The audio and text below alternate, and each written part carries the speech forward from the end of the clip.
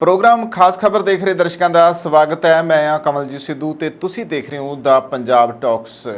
ईसरो ने हुण सूरज वन्नी कदम पुट्टिया आ, की कुछ खोजां करेगा, इस दे उत्ते गलबात करांगे। एक देश एक चोण प्रणाली की चर्चा छिड़ी हुई आ, कमेटी कायम हो गई आ कि ये एजेंडा कामयाब होवेगा, विस्तार सहित गल करांगे। पहली खबर वल आउने आ। एक बारी तां तमाम साडे मुल्क दे वासियां नूं मैं मुबारकां दिंदा आ कि ਅਸੀਂ ਹੁਣ ਚੰਨ ਤੋਂ ਬਾਅਦ ਜਿਹੜਾ ਆ ਸੂਰਜ ਬੰਨੀ ਵੀ ਆਪਣੇ ਕਦਮ ਵਧਾਏ ਨੇ ਤੇ ਖਾਸ ਤੌਰ ਤੇ ਸਾਡੇ ਜਿਹੜੇ ਈਸਰੋ ਦੇ ਵਿਗਿਆਨੀ ਆ ਉਹਨਾਂ ਦੀ ਅਣਥੱਕ ਘਾਲਣਾ ਦੀ ਵਜ੍ਹਾ ਕਰਕੇ ਹੁਣ ਅਸੀਂ ਸੂਰਜ ਦੀ ਖੋਜ ਕਰਨ ਵਾਲੇ ਮੁਲਕਾਂ ਦੇ ਵਿੱਚ ਵੀ ਸ਼ਾਮਲ ਹੋ ਗਏ ਆ। ਹਾਲਾਂਕਿ ਭਾਰਤ ਅਜਿਹਾ ਮੁਲਕ ਸੀਗਾ ਜਿਹਨੂੰ ਬਾਕੀ ਮੁਲਕਾਂ ਦੇ ਮੁਕਾਬਲੇ ਅੱਜ ਤੱਕ ਜੇ ਦੇਖਿਆ ਜਾਵੇ ਤਾਂ ਖੋਜਾਂ ਕਰਨ ਵਾਲੇ ਮਾਮਲੇ ਵਿੱਚ ਸਾਨੂੰ ਸਹਾਇਤਾ ਲੈ ਕੇ ਕੰਮ ਕਰਨੇ ਪੈਂਦੇ ਸੀ, ਪਰ ਸਾਡੀ ਜਿਹੜੀ ਈਸਰੋ ਜਿਹੜਾ ਸਾਡਾ ਇੰਸਟੀਚਿਊਟ ਹੈ ਉਹਦੇ ਵੱਲੋਂ ਜਿਸ ਤਰੀਕੇ ਨਾਲ ਚੰਨ ਦੇ ਉੱਤੇ ਕਦਮ ਰੱਖਿਆ ਗਿਆ ਤੇ ਚੰਦਰਯਾਨ 3 ਜਿਹੜਾ ਸੀਗਾ ਬੜੀ ਸਫਲਤਾਪੂਰਵਕ ਉੱਥੇ ਲੈਂਡ ਕਰਾਇਆ ਗਿਆ ਤੇ ਉਸ ਤੋਂ ਬਾਅਦ ਨਾਲ ਹੀ ਗੱਲ ਆ ਗਈ ਸੀ ਕਿਉਂਕਿ ਸੂਰਜ ਦੀਆਂ ਜਿਹੜੀਆਂ ਤਿਆਰੀਆਂ ਸੀ ਉਹ ਹੋ ਰਹੀਆਂ ਸੀ ਕਿ ਹੁਣ ਸੂਰਜ ਦੀਆਂ ਖੋਜਾਂ ਜਿਹੜੀਆਂ ਉਹ ਵੀ ਕੀਤੀਆਂ ਜਾਣਗੀਆਂ, ਉਸ ਦੇ ਵੱਲ ਕਦਮ ਵਧਾਏ ਜਾਣਗੇ। ਤਾਂ ਭਾਰਤੀ ਪੁਲਾੜ ਖੋਜ ਸੰਸਥਾ ਈਸਰੋ ਨੇ ਆਪਣਾ ਪਹਿਲਾ ਸੂਰਜ ਮਿਸ਼ਨ ਆਦਿਤਿਆ L1 ਦੀ ਸਫਲਤਾਪੂਰਵਕ ਲਾਂਚਿੰਗ ਅੱਜ ਕਰ ਦਿੱਤੀ ਆ। ਇੱਕ ਵਾਰੀ ਫੇਰ ਇਸ ਦੇ ਉੱਤੇ ਮੈਂ ਸਾਰਿਆਂ ਨੂੰ ਮੁਬਾਰਕਾਂ ਦਿੰਦਾ ਆ। ਤਾਂ ਇਸ ਮਿਸ਼ਨ ਨੂੰ ਅੱਜ ਯਾਨੀ ਕਿ 2 ਸਤੰਬਰ ਨੂੰ ਦੁਪਹਿਰੇ ਠੀਕ 11:50 ਤੇ ਆਂਧਰਾ ਪ੍ਰਦੇਸ਼ ਦੇ ਸ਼੍ਰੀ ਹਰੀਕੋਟਾ ਪੁਲਾੜ ਕੇਂਦਰ ਤੋਂ ਲਾਂਚ ਕੀਤਾ ਗਿਆ ਆ। ਭਾਰਤ ਦੇ ਇਸ ਪਹਿਲੇ ਸੂਰਜ ਮਿਸ਼ਨ ਤੋਂ ਈਸਰੋ ਸੂਰਜ ਦਾ ਅਧਿਐਨ ਕਰੂਗਾ, ਖੋਜ ਕਰੂਗਾ। ਇਹ ਮਿਸ਼ਨ ਸੂਰਜ ਤੇ ਹੋ ਰਹੀਆਂ ਵੱਖ-ਵੱਖ ਘਟਨਾਵਾਂ ਦਾ ਜਿਹੜਾ ਆ ਉਹ ਪ੍ਰੀਖਣ ਕਰੂਗਾ, ਉਹਦੀ ਖੋਜ ਕਰੂਗਾ ਤੇ 44.4 ਮੀਟਰ ਲੰਬਾ ਧਰੁਵੀ satellite launch vehicle PSLV C57 Chennai ਤੋਂ ਲਗਭਗ 135 ਕਿਲੋਮੀਟਰ ਦੂਰ ਸ਼੍ਰੀ ਹਰੀਕੋਟਾ ਸਥਿਤ ਪੁਲਾੜ ਕੇਂਦਰ ਤੋਂ ਜੋ ਆ 11:30 ਵਜੇ ਨਿਰਧਾਰਤ ਸਮੇਂ ਤੇ ਸ਼ਾਨਦਾਰ ਢੰਗ ਨਾਲ ਅਸਮਾਨ ਵੱਲ ਰਵਾਨਾ ਹੋਇਆ, ਯਾਨੀ ਸੂਰਜ ਵੱਲ ਰਵਾਨਾ ਹੋਇਆ। ਇੱਥੇ ਮੈਂ ਆਦਿਤਿਆ L1 ਦੀ ਗੱਲ ਕਰ ਲਵਾਂ ਤਾਂ ਸੂਰਜ ਦੀ ਖੋਜ ਕਰਨ ਵਾਲਾ ਪਹਿਲਾ ਪੁਲਾੜ ਆਧਾਰਿਤ ਇਹ ਭਾਰਤੀ ਮਿਸ਼ਨ ਹੋਊਗਾ। ਪੁਲਾੜ ਯਾਨ ਨੂੰ ਸੂਰਜ ਧਰਤੀ ਪ੍ਰਣਾਲੀ ਦੇ ਲੈਗਰੇਂਜੀਅਨ ਪੁਆਇੰਟ 1 ਯਾਨੀ ਕਿ L1 ਦੇ ਦੁਆਲੇ ਇੱਕ ਹਾਲੋ ਆਰਬਿਟ ਵਿੱਚ ਰੱਖਿਆ ਜਾਵੇਗਾ ਜੋ ਕਿ ਧਰਤੀ ਤੋਂ ਲਗਭਗ 1.5 ਮਿਲੀਅਨ ਕਿਲੋਮੀਟਰ ਦੂਰ ਹੈ। L1 ਜਿਹੜਾ ਆ ਬਿੰਦੂ ਦੇ ਦੁਆਲੇ ਹਾਲੋ ਆਰਬਿਟ ਵਿੱਚ ਰੱਖੇ ਇੱਕ ਸੈਟੇਲਾਈਟ ਨੂੰ ਬਿਨਾਂ ਕਿਸੇ ਗ੍ਰਹਿਣ ਦੇ ਸੂਰਜ ਨੂੰ ਨਿਰੰਤਰ ਵੇਖਣ ਦਾ ਵੱਡਾ ਫਾਇਦਾ ਹੁੰਦਾ ਆ।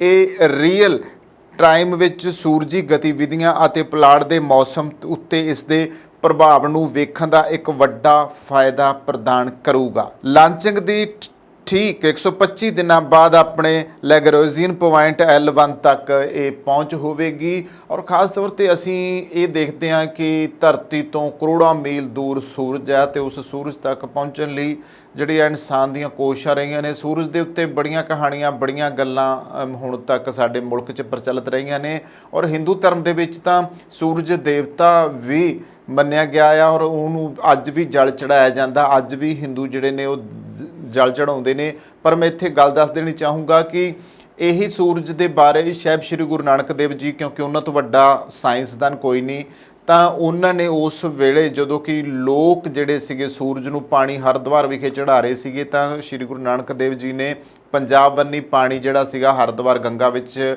ਖੜੋ ਕੇ ਉਹਨਾਂ ਨੇ ਪਾਉਣਾ ਸ਼ੁਰੂ ਕਰ ਦਿੱਤਾ। ਲੋਕਾਂ ਨੇ ਵਿਰੋਧ ਕੀਤਾ ਤਾਂ ਸਾਹਿਬ ਸ਼੍ਰੀ ਗੁਰੂ ਨਾਨਕ ਦੇਵ ਜੀ ਨੇ ਉਸ ਵੇਲੇ ਲੋਕਾਂ ਨੂੰ ਭਰਮ ਚੋਂ ਕੱਢਿਆ ਸੀ ਕਿ ਸੂਰਜ ਤਾਂ ਕਰੋੜਾਂ ਮੀਲ ਦੂਰ ਹੈ, ਕਿਉਂਕਿ ਲੋਕਾਂ ਨੇ ਇਹ ਕਿਹਾ ਸੀਗਾ ਕਿ ਤੁਹਾਡਾ ਪਾਣੀ ਪੰਜਾਬ ਦੇ ਖੇਤਾਂ ਵਿੱਚ ਕਿਵੇਂ ਪੁੱਜ ਸਕਦਾ ਹੈ। ਤਾਂ ਸਾਹਿਬ ਸ਼੍ਰੀ ਗੁਰੂ ਨਾਨਕ ਦੇਵ ਜੀ ਨੇ ਕਿਹਾ ਹੈ ਕਿ ਸਾਡੇ ਖੇਤ, ਸਾਡੀਆਂ ਜਿਹੜੀਆਂ ਇਹ ਜ਼ਮੀਨਾਂ ਆ ਉਹ ਤਾਂ ਕੁਛ ਮੀਲਾਂ ਦੀ ਦੂਰੀ ਉੱਤੇ ਆ ਤੇ ਸੂਰਜ ਤਾਂ ਕਰੋੜਾਂ ਮੀਲ ਦੂਰ ਆ ਤੇ ਫਿਰ ਤੁਹਾਡਾ ਪਾਣੀ ਉੱਥੇ ਕਿਵੇਂ ਪੁੱਜ ਸਕਦਾ ਆ। ਸੋ ਕੁੱਲ ਮਿਲਾ ਕੇ ਇਸ ਦੇ ਵਿੱਚ ਇੱਕ ਤਰਕ ਕੀਤਾ ਸੀ ਔਰ ਇੱਕ ਗੱਲ ਉਦੋਂ ਵੀ ਇਹ ਕਲੀਅਰ ਹੋ ਗਈ ਸੀ ਮਹਾਰਾਜ ਦੀ ਬਾਣੀ ਦੇ ਵਿੱਚ ਵੀ ਇਹ ਸੂਰਜ ਜਿਹੜਾ ਆ ਧਰਤੀ ਤੋਂ ਲੱਖਾਂ ਕਰੋੜਾਂ ਮੀਲ ਦੂਰ ਆ, ਉੱਥੇ ਤੱਕ ਪਹੁੰਚਣਾ ਬਹੁਤ ਹੀ ਔਖਾ ਆ। ਸੋ ਸਾਡੇ ਵਿਗਿਆਨੀਆਂ ਨੇ ਇਹ ਜਿਹੜੀ ਮਿਸ਼ਨ ਨੂੰ ਲਾਂਚ ਕੀਤਾ ਆ ਅੱਜ, ਉਸ ਦੇ ਲਈ ਇੱਕ ਵੱਡੀ ਉਹਨਾਂ ਦੀ ਪ੍ਰਾਪਤੀ ਹੈ। ਇਹ ਹੁਣ ਜਦੋਂ ਖੋਜ ਕਰਕੇ ਆਊਗਾ ਉਦੋਂ ਸਮਝਾਂਗੇ ਵੀ ਇਸ ਤੋਂ ਵੀ ਵੱਡੀ ਪ੍ਰਾਪਤੀ ਹੋ ਗਈ ਹੈ, ਕਿਉਂਕਿ ਉਹਦੀਆਂ ਬਹੁਤ ਸਾਰੀਆਂ ਚੀਜ਼ਾਂ ਸਾਨੂੰ ਪਤਾ ਲੱਗਣੀਆਂ। ਔਰ ਇਸ ਕਰਕੇ ਕੀ ਹੋਇਆ ਕਿ ਹੁਣ ਜਿਸ ਤਰੀਕੇ ਸੂਰਜ ਦੀ ਤਪਸ਼ ਕਿਵੇਂ ਵੱਧਦੀ ਆ, ਸੂਰਜ ਕਿਵੇਂ ਜਿਹੜਾ ਆ ਰੋਜ਼ ਕਿਵੇਂ ਚੜ੍ਹਦਾ ਆ, ਕਿਵੇਂ ਉਤਰਦਾ ਆ, ਕਿਵੇਂ ਕਿਹੜੇ ਪਾਸੇ ਜਾਂਦਾ ਆ, ਕਿਵੇਂ ਉਹਦੀ ਦਿਸ਼ਾ ਨਿਰਧਾਰਨ ਹੁੰਦੀ ਆ, ਕਿਹੜੀਆਂ ਗਤੀਵਿਧੀਆਂ ਕਰਦੀਆਂ, ਕਿਵੇਂ ਸੂਰਜ ਦੇ ਹਿਸਾਬ ਨਾਲ ਮੌਸਮ ਤਬਦੀਲ ਹੁੰਦੇ ਨੇ, ਇਹਨਾਂ ਸਾਰੀਆਂ ਚੀਜ਼ਾਂ ਉੱਤੇ ਗੱਲਬਾਤ ਜਿਹੜੀ ਆ ਉਹ ਖੋਜ ਦੇ ਜ਼ਰੀਏ ਸਾਨੂੰ ਪਤਾ ਲੱਗੂਗੀ। ਲੈਗਰੇਜ਼ੀਅਨ ਪੁਆਇੰਟ, ਜਿਸ ਨੂੰ ਸ਼ਾਰਟ ਫਾਰਮ ਵਿੱਚ ਐਲ ਕਿਹਾ ਜਾਂਦਾ ਆ, ਆਦਿਤਿਆ L1 ਨੂੰ ਸੂਰਜ ਦੇ ਨੇੜੇ ਇਸ ਪੁਆਇੰਟ ਉੱਤੇ ਪਹੁੰਚਣਾ ਆ। ਇਸ ਦਾ ਨਾਂ ਗਣਿਤ ਜੋਸੇਫੀ ਲੂਈ ਲੈਰੈਂਸ ਦੇ ਨਾਂ ਤੇ ਦਿੱਤਾ ਗਿਆ ਆ। ਇਹਨਾਂ ਨੇ ਲੈਰੈਂਸ ਪੁਆਇੰਟਸ ਦੀ ਖੋਜ ਕੀਤੀ ਸੀਗੀ ਜਦੋਂ ਕਿਸੇ ਘੁੰਮਦੇ ਹੋਏ ਪੁਲਾੜ ਵਸਤੂਆਂ ਦੇ ਵਿਚਕਾਰ ਗੁਰੂਤਾਕਰਸ਼ਣ ਦਾ ਇੱਕ ਬਿੰਦੂ ਆਉਂਦਾ ਆ, ਜਿੱਥੇ ਕੋਈ ਵੀ ਵਸਤੂ ਜਾਂ ਉਪਗ੍ਰਹਿ ਗ੍ਰਹਿਾਂ ਜਾਂ ਤਾਰਿਆਂ ਦੋਵਾਂ ਦੀ ਗੰਭੀਰਤਾ ਤੋਂ ਬਚਿਆ ਰਹਿੰਦਾ ਆ। ਆਦਿਤਿਆ L1 ਦੇ ਮਾਮਲੇ ਵਿੱਚ ਇਹ ਧਰਤੀ ਅਤੇ ਸੂਰਜ ਦੋਵਾਂ ਦੇ ਗੁਰੂਤਾ ਬਲ ਤੋਂ ਸੁਰੱਖਿਅਤ ਰਹੇਗਾ। ਦੱਸ ਦਈਏ ਕਿ ਪਿਛਲੇ ਮਹੀਨੇ 23 ਅਗਸਤ ਨੂੰ ਭਾਰਤ ਚੰਦਰਮਾ ਦੇ ਦੱਖਣੀ ਧਰੁਵ ਖੇਤਰ ਤੇ ਸਾਫਟ ਲੈਂਡਿੰਗ ਦੇ ਵਿੱਚ ਸਫਲਤਾ ਹਾਸਲ ਕਰਕੇ ਅਜਿਹਾ ਰਿਕਾਰਡ ਬਣਾਉਣ ਵਾਲਾ ਦੁਨੀਆ ਦਾ ਪਹਿਲਾ ਅਤੇ ਹੁਣ ਤੱਕ ਦਾ ਇਕਲੌਤਾ ਦੇਸ਼ ਬਣਿਆ ਹੈ। ਸਾਡੇ ਦੇਸ਼ ਦੀ ਇਹ ਵੱਡੀ ਪ੍ਰਾਪਤੀ ਆ, ਜੋ ਕਿ ਫਖਰਯੋਗ ਪ੍ਰਾਪਤੀ ਆ ਪੂਰੀ ਦੁਨੀਆ ਦੇ ਵਿੱਚ। ਤਾਂ ਹੁਣ ਗੱਲ ਕਰਦੇ ਹਾਂ ਕਿ ਇਹ ਹੁਣ ਜਿਹੜਾ ਉੱਥੇ ਭਾਰਤ ਦਾ ਸੂਰਜ ਮਿਸ਼ਨ ਦਿੱਤਾ L1 ਆ, ਇਹ ਹੋਰ ਕੀ ਕੁਝ ਪਤਾ ਕਰੂਗਾ। ਤਾਂ ਭਾਰਤੀ ਪੁਲਾੜ ਖੋਜ ਸੰਗਠਨ ਇਸਰੋ ਹੁਣ ਸੂਰਜ ਉੱਤੇ ਜਾਣ ਦੀ ਤਿਆਰੀ ਜਿਸ ਤਰੀਕੇ ਨਾਲ ਆਰੰਭ ਕਰ ਦਿੱਤੀ ਗਈ ਹੈ। ਤਾਂ ਸੂਰਜ ਮਿਸ਼ਨ ਆਦਿਤਿਆ L ਦਾ ਮਕਸਦ ਸੂਰਜ ਦੀ ਜਿਹੜੀ ਗਰਮੀ ਹੈ, ਉਹਦਾ ਤਾਪਮਾਨ ਹੈ, ਉਹਦੀ ਤਪਸ਼ ਹੈ, ਖਾਸ ਕਰਕੇ ਓਜ਼ੋਨ ਪਰਤ ਤੇ ਪੈਣ ਵਾਲੇ ਪ੍ਰਭਾਵਾਂ ਦਾ ਜਿਹੜਾ ਆ ਉਹ ਖੋਜ ਕਰਨੀ ਹੈ ਕਿ ਉਹ ਇਸ ਅਧਿਐਨ 'ਚ ਪਤਾ ਲੱਗ ਜੂਗਾ ਕਿ ਕਿਉਂ ਓਜ਼ੋਨ ਪਰਤ ਜਿਹੜੀ ਆ ਉਸ ਦੇ ਵਿੱਚ ਮਘੋਰਾ ਹੋਇਆ ਆ, ਕਿਉਂਕਿ ਓਜ਼ੋਨ ਪਰਤ ਜਿਹੜੀ ਆ ਸਾਡੇ ਇਸ ਬ੍ਰਹਿਮੰਡ ਨੂੰ, ਇਸ ਧਰਤੀ ਨੂੰ, ਇਸ ਗਲੋਬ ਨੂੰ ਜੋ ਆ ਉਹ ਓਜ਼ੋਨ ਪਰਤ ਹੀ ਬਚਾਉਂਦੀ ਆ। ਔਰ ਸੂਰਜ ਤੋਂ ਜਿਹੜੀਆਂ ਕਿਰਨਾਂ ਨਿਕਲਦੀਆਂ ਨੇ ਉਸ ਕਰਕੇ ਧਰਤੀ ਤੇ ਤਪਸ਼ ਵੀ ਵੱਧ ਰਹੀ ਆ, ਉਸ ਕਰਕੇ ਭਰਾ ਬੈਂਗਣੀ ਜਿਹੜੀਆਂ ਕਿਰਨਾਂ ਆ ਉਹ ਸਾਡੇ ਆ ਕੇ ਕੈਂਸਰ ਵੀ ਪੈਦਾ ਕਰ ਸਕਦੀਆਂ ਨੇ। ਔਰ ਵਾਤਾਵਰਣ ਦੇ ਵਿੱਚ ਜਿਹੜੀਆਂ ਵੱਡੀਆਂ ਤਬਦੀਲੀਆਂ ਇਹਨਾਂ ਸਾਲਾਂ 'ਚ ਦੇਖਣ ਨੂੰ ਆਈਆਂ ਨੇ, ਲਗਾਤਾਰ ਇੱਕ ਸਦੀ ਤੋਂ ਹੀ ਅਸੀਂ ਗੱਲ ਕਰੀਏ ਕਿ ਮੌਸਮਾਂ ਦੇ ਵਿੱਚ ਪਿਛਲੀਆਂ ਸਦੀਆਂ ਨਾਲੋਂ ਹੁਣ ਦੀ ਸਦੀ ਦੇ ਵਿੱਚ ਕਾਫੀ ਤਬਦੀਲੀਆਂ ਆਈਆਂ ਨੇ। ਔਰ ਸਾਨੂੰ ਪ੍ਰਤੱਖ ਕੁਦਰਤੀ ਆਫਤਾਂ ਆ ਰਹੀਆਂ ਨੇ, ਬਹੁਤ ਸਾਰੀ ਕਿਤੇ ਗਰਮੀ ਪੈ ਰਹੀ ਆ, ਕਿਤੇ ਬਹੁਤ ਸਾਰੇ ਮੀਂਹ ਪੈ ਰਹੇ ਨੇ, ਕਿਤੇ ਜਿਹੜੇ ਆ ਸੋਕਾ ਪੈ ਰਿਹਾ, ਕਿਤੇ ਝੱਖੜ, ਹਨੇਰੀਆਂ, ਸੁਨਾਮੀਆਂ, ਤੂਫਾਨ ਔਰ ਪਤਾ ਨਹੀਂ ਵਾਲਕੈਨੋ ਕੀ ਕੁਛ ਆਉਂਦਾ ਪਿਆ ਆ। ਇਸ ਕਰਕੇ ਸੂਰਜ ਦੀ ਵਜ੍ਹਾ ਕਰਕੇ ਹੀ ਓਜ਼ੋਨ ਪਰਤ ਜਿਹੜੀ, ਕਿਉਂਕਿ ਬਹੁਤ ਸਾਰੀਆਂ ਜਿਹੜੀਆਂ ਪ੍ਰਦੂਸ਼ਣ ਵਧਿਆ, ਜਿਸ ਕਰਕੇ ਉਹ ਹੁਣ ਜਿਹੜੀ ਓਜ਼ੋਨ ਪਰਤ ਵਿੱਚ ਸੁਰਾਖ ਹੋਇਆ ਆ, ਸੂਰਜ ਦੀ ਤਪਸ਼ ਥੱਲੇ ਆਉਂਦੀ ਆ, ਉਹਦੇ ਕਰਕੇ ਕੀ ਕੁਛ ਝੱਲਣਾ ਪੈ ਰਿਹਾ ਹੈ ਇਸ ਗਲੋਬ ਨੂੰ, ਇਸ ਧਰਤੀ ਨੂੰ, ਇਸ ਦੇ ਉੱਤੇ ਵੀ ਖੋਜ ਹੋਊਗੀ। ਦੱਸ ਦਈਏ ਕਿ ਇਸ ਮਿਸ਼ਨ ਨੂੰ ਧਰਤੀ ਤੋਂ 15 ਲੱਖ ਕਿਲੋਮੀਟਰ ਦੀ ਦੂਰੀ ਤੇ ਲਿਜਾਇਆ ਜਾਵੇਗਾ। ਮਿਸ਼ਨ ਦਾ ਮੁੱਖ ਮਕਸਦ ਇਹ ਵੀ ਹੈ ਕਿ ਸੂਰਜ ਦੀ ਸ਼੍ਰੇਣੀ ਦਾ ਅਧਿਐਨ ਕਰੇਗਾ। ਇਹ ਵੱਖ-ਵੱਖ ਤਰੰਗ ਬੈਂਡਾਂ 'ਚ ਪ੍ਰਕਾਸ਼ ਮੰਡਲ, ਕ੍ਰੋਮੋਸਫੀਅਰ ਅਤੇ ਸੂਰਜ ਦੀਆਂ ਬਾਹਰੀ ਪਰਤਾਂ ਦਾ ਨਿਰੀਖਣ ਕਰਨ ਲਈ ਆਪਣੇ ਨਾਲ 7 ਪੋਲੈਂਡ ਲੈ ਕੇ ਜਾਵੇਗਾ। ਇਸ ਨੂੰ ਬੈਂਗਲੁਰੂ ਸਥਿਤ ਹੈੱਡਕੁਆਟਰ ਤੋਂ ਲਾਂਚ ਕੀਤਾ ਜਾਵੇਗਾ। ਤਾਂ ਬੈਂਗਲੁਰੂ ਸਥਿਤ ਇੰਡੀਅਨ ਇੰਸਟੀਚਿਊਟ ਆਫ ਐਸਟ੍ਰੋਫਿਜ਼ਿਕਸ ਨੇ ਵਿਜ਼ੀਬਲ ਐਮੀਨੇਸ਼ਨ ਲਾਈਨ ਕਰੋਨੋਗ੍ਰਾਫਰ ਪੋਲੈਂਡ ਦੇ ਵਿਕਾਸ ਵਿੱਚ ਮੁੱਖ ਭੂਮਿਕਾ ਨਿਭਾਈ ਹੈ, ਜਦੋਂ ਕਿ ਮਿਸ਼ਨ ਲਈ ਇੱਕ ਮਹੱਤਵਪੂਰਨ ਯੰਤਰ ਸੋਲਰ ਅਲਟਰਾਵਾਇਲੇਟ ਇਮੇਜਿੰਗ ਟੈਲੀਸਕੋਪ, ਜਿਹਨੂੰ ਸੂਟ ਵੀ ਕਿਹਾ ਜਾਂਦਾ ਹੈ, ਪੁਣੇ ਸਥਿਤ inter university centre for astronomy and astrophysics ਦੁਆਰਾ ਤਿਆਰ ਕੀਤਾ ਗਿਆ ਹੈ। ਤਾਂ ਇਸਰੋ ਨੇ ਕਿਹਾ ਹੈ ਕਿ L1 ਪੁਆਇੰਟ ਦੇ ਆਲੇ ਦੁਆਲੇ ਹੌਲੇ ਪੰਧ 'ਚ ਰੱਖੇ ਗਏ ਸੈਟੇਲਾਈਟ ਨੂੰ ਸੂਰਜ ਨੂੰ ਬਿਨਾਂ ਕਿਸੇ ਗ੍ਰਹਿਣ ਦੇ ਲਗਾਤਾਰ ਵੇਖਣ ਦਾ ਬਹੁਤ ਫਾਇਦਾ ਹੁੰਦਾ ਆ।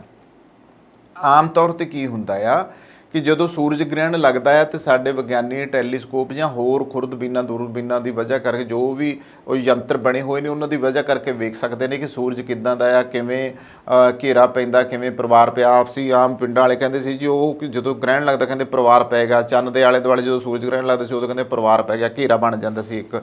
ਆਮ ਤੌਰ 'ਤੇ ਤੁਸੀਂ ਦੇਖਿਆ ਸੂਰਜ ਗ੍ਰਹਿਣ ਦੀਆਂ ਫੋਟੋਆਂ ਜਦੋਂ ਆਉਂਦੀਆਂ ਤੇ ਉੱਥੇ ਕਈ ਵਾਰੀ ਨਗ ਜਿਹਾ ਚਮਕਦਾ ਹੁੰਦਾ ਆ, ਆਲੇ ਦੁਆਲੇ ਸਾਰਾ ਉਹ ਢਕਿਆ ਹੁੰਦਾ, ਤੇ ਛੋਟਾ ਜਿਹਾ ਜਿਵੇਂ ਨੇ ਮੁੰਦਰੀ ਦੇ ਵਿੱਚ ਨਗ ਜੜਿਆ ਹੁੰਦਾ ਤੇ ਕੋਈ ਉਹ ਚਮਕਦਾ ਜਾਂ ਹੀਰਾ ਚਮਕਦਾ, ਉਹ ਇਦਾਂ ਹੀ ਮਹਿਸੂਸ ਹੁੰਦਾ। ਹੁਣ ਇਹ ਤਾਂ ਸੀ ਜਦੋਂ ਸੂਰਜ ਨੂੰ ਦੇਖਣ ਦੀ ਉਹ ਪ੍ਰਕਿਰਿਆ ਵੀ ਜਦੋਂ ਉੱਥੇ ਗ੍ਰਹਿਣ ਲੱਗਦਾ ਸੀ, ਪਰ ਹੁਣ ਇਹ ਆ ਵੀ ਇਸ ਯੰਤਰ ਨੂੰ ਇੰਨਾ ਕੁ ਨੇੜੇ ਇਸ ਨੂੰ ਸੈਟੇਲਾਈਟ ਨੂੰ ਭੇਜ ਦਿੱਤਾ ਆ ਕਿ ਉੱਥੋਂ ਹੁਣ ਆਰਾਮ ਨਾਲ ਇਹ ਸੂਰਜ ਦੀ ਪੂਰੀ ਵੀਡੀਓਗ੍ਰਾਫੀ, ਫੋਟੋਗ੍ਰਾਫੀ ਔਰ ਗਤੀਵਿਧੀਆਂ ਜਿਹੜੀਆਂ ਉਹ ਨੋਟ ਕਰ ਸਕਦਾ ਆ।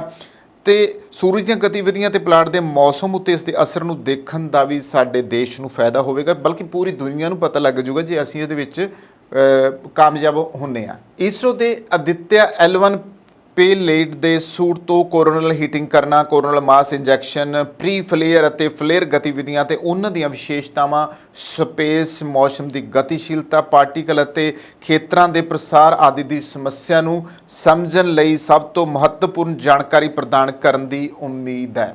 ਤੇ ਭਾਰਤ ਪਹਿਲੀ ਵਾਰ ਸੂਰਜ ਦੇ ਉੱਤੇ ਇਹ ਖੋਜ ਕਰ ਰਿਹਾ ਆ। ਤਾਂ ਹੁਣ ਕਿੰਨੇ ਦੇਸ਼ ਇਸ ਤੋਂ ਪਹਿਲਾਂ ਵੈਸੇ ਇੱਧਰ ਹੋਏ ਆ, ਉਹਨਾਂ ਦਾ ਧਿਆਨ ਹੋਇਆ ਕਿ ਅਸੀਂ ਖੋਜ ਕਰੀਏ।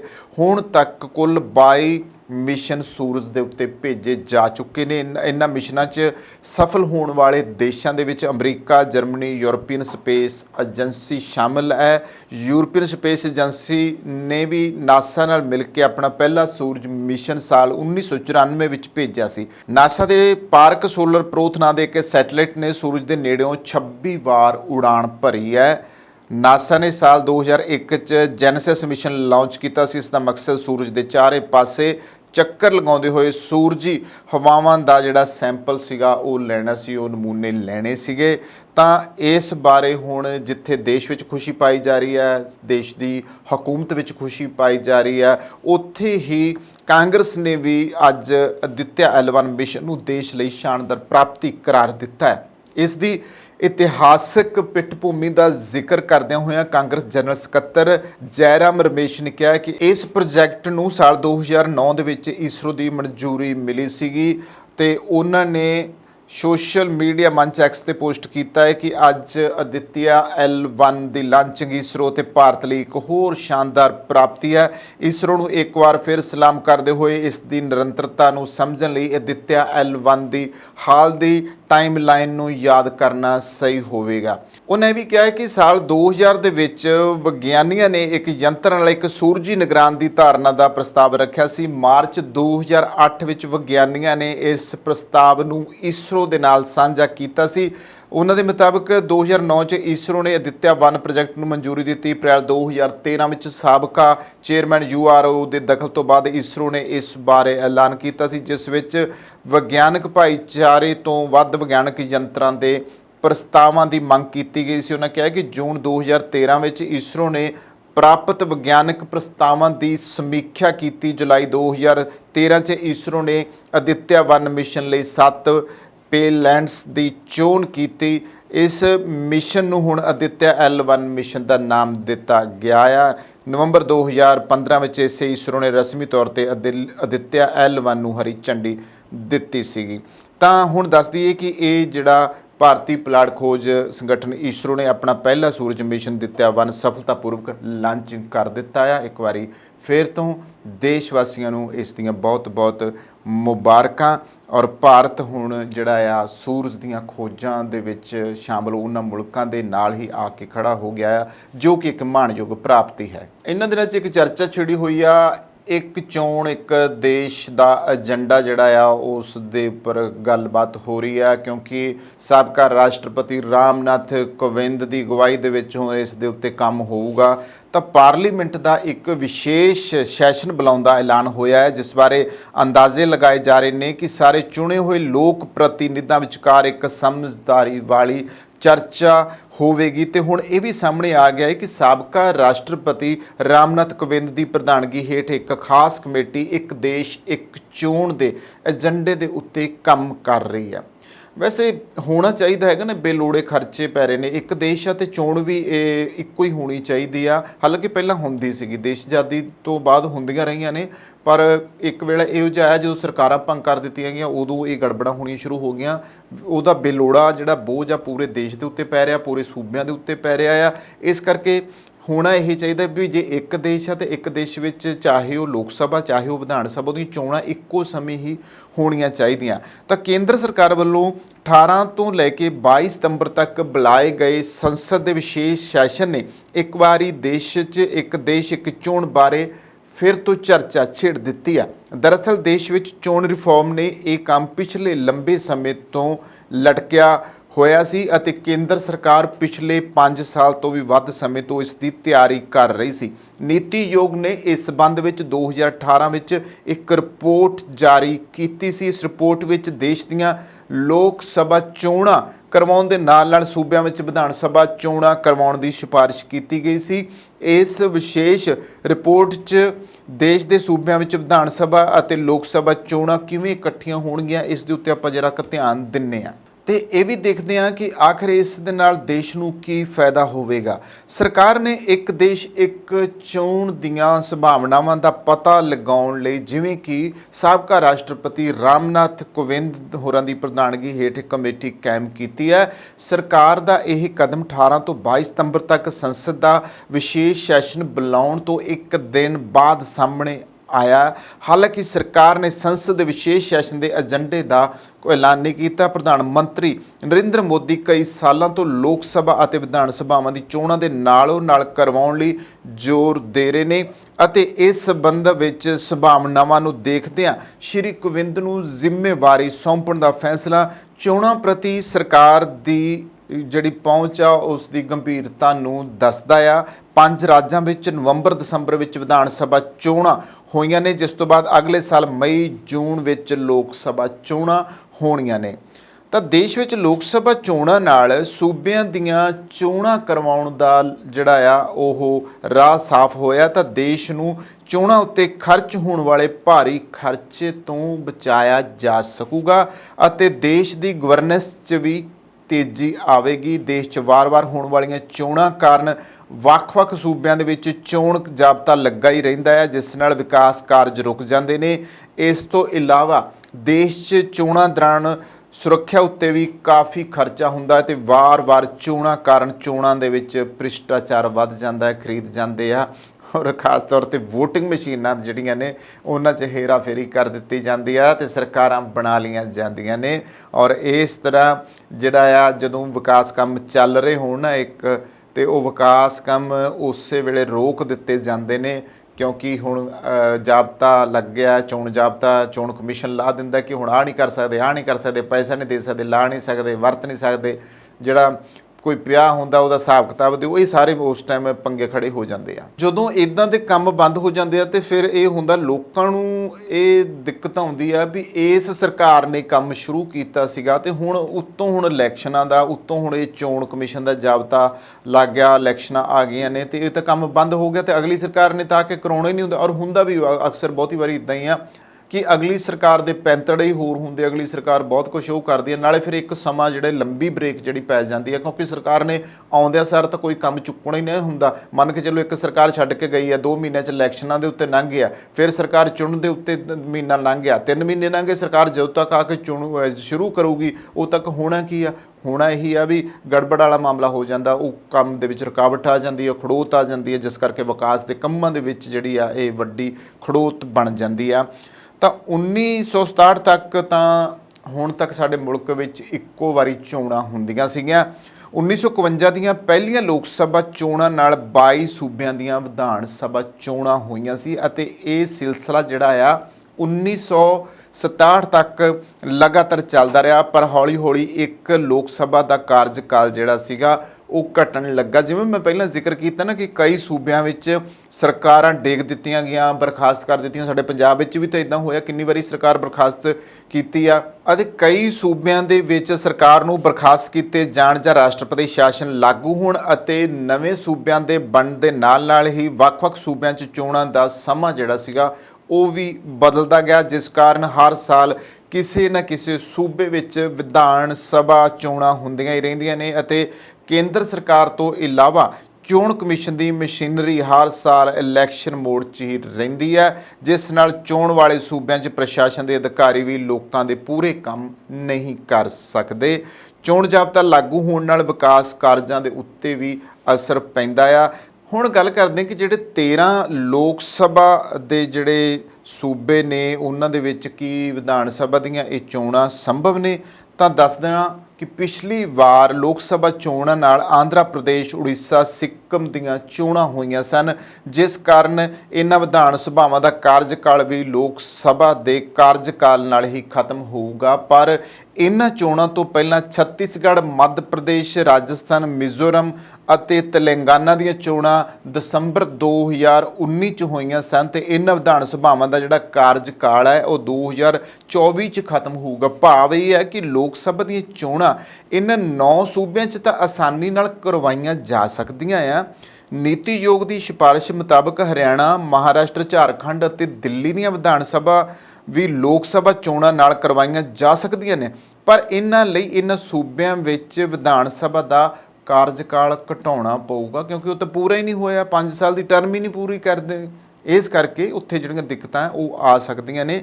ਹੋ ਸਕਦਾ ਹੈ ਕਿ ਪਾਰਲੀਮੈਂਟ ਦੀ ਨਵੀਂ ਇਮਾਰਤ ਵਿੱਚ ਭਾਰਤ ਦੇ ਲੋਕਤੰਤਰ ਦੇ ਨਵੇਂ ਚੋਣ ਪ੍ਰਬੰਧ ਦੀ ਗੱਲ ਕੀਤੀ ਜਾਵੇ। ਇਸ ਐਲਾਨ ਦਾ ਉਸ ਵਕਤ ਆਉਣਾ ਜਦੋਂ ਇੰਡੀਆ ਗੱਠਜੋੜ ਤੇਜ਼ੀ ਨਾਲ ਅੱਗੇ ਵਧ ਰਿਹਾ ਹੈ, ਸੰਕੇਤ ਦਿੰਦਾ ਆ ਕਿ ਇੱਕ ਸਮੇਂ ਵਿੱਚ ਦੇਸ਼ ਇੱਕ ਚੋਣ ਦੀ ਗੱਲ ਦੇਸ਼ ਹਿੱਤ ਵਿੱਚ ਨਹੀਂ ਕੀਤੀ ਜਾ ਰਹੀ, ਬਲਕਿ ਇਹ ਇੱਕ ਸਿਆਸੀ ਫੈਸਲਾ ਲੱਗਦਾ ਆ। ਜਦੋਂ ਭਾਰਤ ਦੇਸ਼ ਆਜ਼ਾਦੀ ਤੋਂ ਬਾਅਦ ਚੋਣਾਂ ਲੜਨ ਦੇ ਕਾਬਿਲ ਬਣਿਆ ਤਾਂ ਸੂਬੇ ਤੇ ਕੇਂਦਰ ਦੀਆਂ ਚੋਣਾਂ ਇੱਕ ਸਮੇਂ ਹੀ ਹੁੰਦੀਆਂ ਸੀਗੀਆਂ, ਪਰ ਹੌਲੀ-ਹੌਲੀ ਸਰਕਾਰਾਂ ਸਮੇਂ ਤੋਂ ਪਹਿਲਾਂ ਭੰਗ ਹੋਣ ਕਾਰਨ ਚੋਣਾਂ ਦਾ ਸਮਾਂ ਵੱਖਰਾ ਹੁੰਦਾ ਗਿਆ। ਸਮੇਂ ਨਾਲ ਹੌਲੀ-ਹੌਲੀ ਇਲਾਕਾਈ ਪਾਰਟੀਆਂ ਵੀ ਬਦਲਦੀਆਂ ਰਹੀਆਂ ਤੇ ਜਿਨ੍ਹਾਂ ਰਾਜਾਂ ਦੇ ਹੱਕਾਂ ਦੀ ਰਾਖੀ ਕੇਂਦਰ ਵਿਰੁੱਧ ਖੜੇ ਹੋ ਕੇ ਲੜਨ ਦਾ ਅਹਿਦ ਲਿਆ।